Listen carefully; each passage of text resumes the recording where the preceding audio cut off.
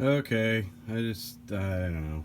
I kept thinking about stuff and what you might need and how complicated I could possibly make this, but decided to go simple instead. Yeah, so you need a book. I like this one. Nice thing about the binding, the fact that it breaks, is you can take the pages out and make yourself a folder with just the calibers that you reload. And then you can write stuff, you know? But I like it because it gives you a brief rundown of, like the history of the caliber, where it came from, blah, blah, blah, all kinds of different manufacturers and bullet types. Whereas if you get one that's specific to a company, it's much more limited. Anyway, so you need a book. You learn a lot from a book at the beginning. It's got all kinds of good how-to. So I guess what I'm saying is you gotta research, and then research. But you're gonna need a press of some sort. I like this one because it has the primer thing built in. When you have the full case, okay, so you're gonna need a die set. This just happens to be, look, 308. So first thing you do, that's to hold the shells. It's different for every caliber, well, mostly. That punches the primer out, which falls into here, which goes into this collection tube, so you don't have primers going everywhere. Otherwise, well, like this type of press, there really isn't any way to catch stuff, and maybe there's, I don't know, you wind up doing a separate process. That's a great press. I'm not putting that down at all. So you need that. If you get this one, which I don't know if you can tell, I'm leaning towards that.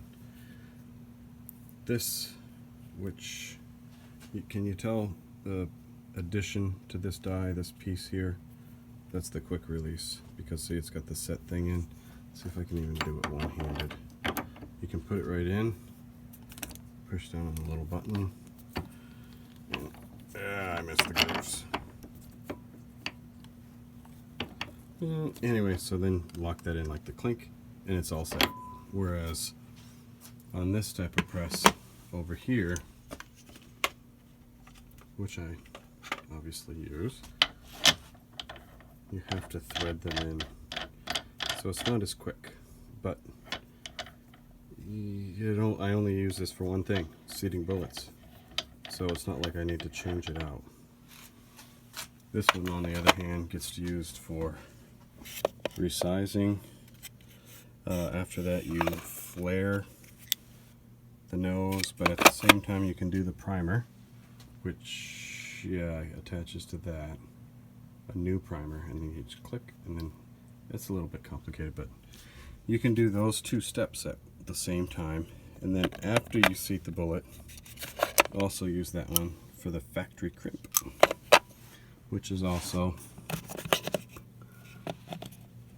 in rifles. So it just kind of puts a little pinch the very neck around your bullet, which is adjustable, blah, blah, blah.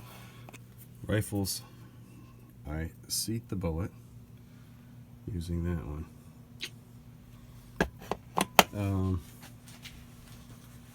Yeah, why? I don't know. I guess it doesn't matter. But on pistols, makes a difference because of the crimp. It's a lot. It gets complicated with crimps. So you're gonna need that, a powder measure, which tip it up, fills in, and then you dump it into the case. Da da da da. Each one of these sets comes with, see the little dipper? Eventually you get a bunch of different sizes. So the rifles, I'm very specific on how much powder I put in exactly. I usually load it under, then you put it in this, it tells you the number, and you use one of these to kind of trickle it up to the exact amount. Pistols, not so much.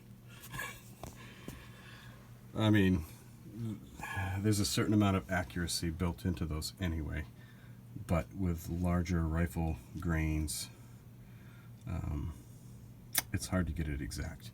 Whereas with very fine powdery pistol powders, let's just take the whole thing off. It's more of a defined volume. And it's almost like you can see a little bit down there. It's like little flakes.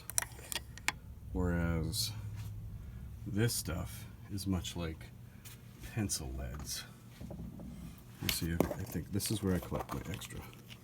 So yeah, see if you can pick it out.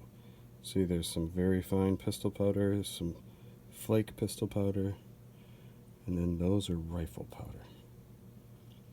In this very fine thing, you wind up cutting them. It gets very unsmooth. Whereas this one, it's much more slack, and there's more room for the big pieces. But with pistol powder, it comes out in that little crease right there, and you get all kinds of little gunpowder trickling down. It's just not quite as tight. Plastic. So you need the press, you need, caliber specific dies, a powder measure, powder scale, obviously different kinds of dies for pistols, and now you only need one of those. So that's about it. Most kits come with a bunch of other stuff that you may or may not need. One of these little things, if you're doing rifle, that'll be handy, because eventually they get kind of burred up on the ends. Also, rifle, you need to either have a lube pad, which you, it's like wax, so that, because rifles will get stuck in the die. There's so much of a change that happens in the taper in the neck and blah, blah, blah. They get stuck. Or you can use this kind of stuff, which is much easier. You just lay them out. There's all done. I think this came with my kit. I don't remember. Don't really use it, because the aerosol is much easier. Wow, this is long. But, yeah. And I can recommend some other sites to actually teach you how to do it, but you don't want to listen to me.